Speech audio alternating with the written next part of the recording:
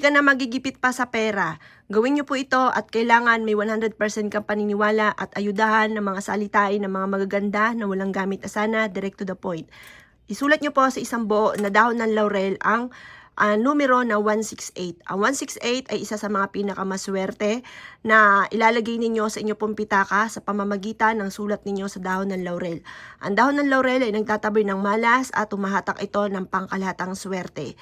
Ito pong numerong ito ay pwede nyo ring ilagay sa ilalim ng inyo pong unan para makatulog ka ng mahimbing at ikaw ay kapitan ng swerte. Pwede nyo ring ilagay sa inyo pong bigasan upang sa ganon lagi masagana ang pamumuhay. At lalo na sa inyo pong pitaka, ilagay nyo po ito at ang dulot ito ay napakaswerte. Yan, para hindi ka lagi nauubusan ng pera. Bagamat bumibili ka ng mga pangangailangan, may mga dumarating pa rin na pera na imbis na ikaw po ay nauubusan ng pera, tuloy-tuloy na pasok ng swerte lalo na sa pera. At pagkatapos ay isulat nyo to sa 5 piso.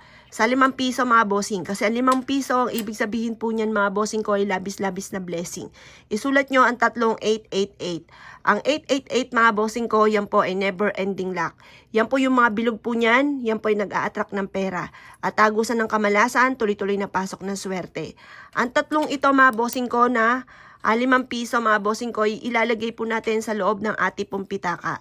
At kung nais po ninyo mga bossing ko na ikaw po ngayong taon na ito ay siksik-liglig at umapot laging araw-araw na maraming blessing, gawin niyo po ito na mula sa inyo pong puso. At mas mainam mga bossing ko, bago niyo siya ilagay, mag-wish ka muna dito sa ating dahon ng laurel. Sabihin niyo po dito, ako ay kailanman na hindi na maubusan ng pera, maraming pera ang darating sa akin.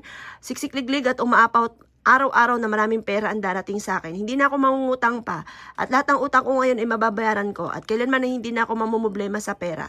Ganun ang mga pag-wish na walang gamit na sana, direct to the point. Pagtapos ka na mag-wish mga bossing ko, ilagay nyo na po ito sa inyo pong pitaka. At mas mainam mga bossing ko, kada buwan, sunugin nyo po ang dahon ng laurel, tapos paltan nyo ng panibago na dahon ng laurel na may nakasulat na 168. Ito pa mga bossing ko, ayudahan nyo lagi ng mga salitain ng mga magaganda na walang gamit na sana, direct to the point. I-wish na po dito lahat ng gusto po ninyo. At kayo mismo ay maa-amaze dahil dadaling ka nito kung saan lagi ikaw ay suswertihin. Minsan, nabili nyo yung mga bagay na ninanais ninyo, tapos may dumarating muli na pera na hindi nyo inaasahan. Hanggang sa nabili nyo na lahat ang gusto po ninyo, hanggang sa ikay makaipon pa ng maraming pera. Proven po ito mga bossing ko, basta't may 100% kang paniniwala sa mga gantong mga pamamaraan. Ito pa mga bossing ko, mapapansin ninyo, dadaling ka nito kung saan lagi ikay suswertihin. Mapapansin po ninyo na mas magiging masagana ang pamumuhay matapos nyo po itong gawin. Basta every month, sunugin nyo po ang dahon ng laurel, tapos paltan nyo muli ng panibago. Tapos laging positive, i-mindset nyo ng mga magaganda, sabihin nyo na lahat ng mga maganda araw-araw. Huwag ka nang dadaing, yan po ay hindi maganda na idudulot ang pagdaing-daing. Kailangan laging magaganda sinasabi, laging positive, at yan po, kung ano mo yung sinabi mong positive, positive din po ang inyong makakamtan. Maraming pera ang darating sa akin, kailanman na hindi na ako mamumblema sa pera.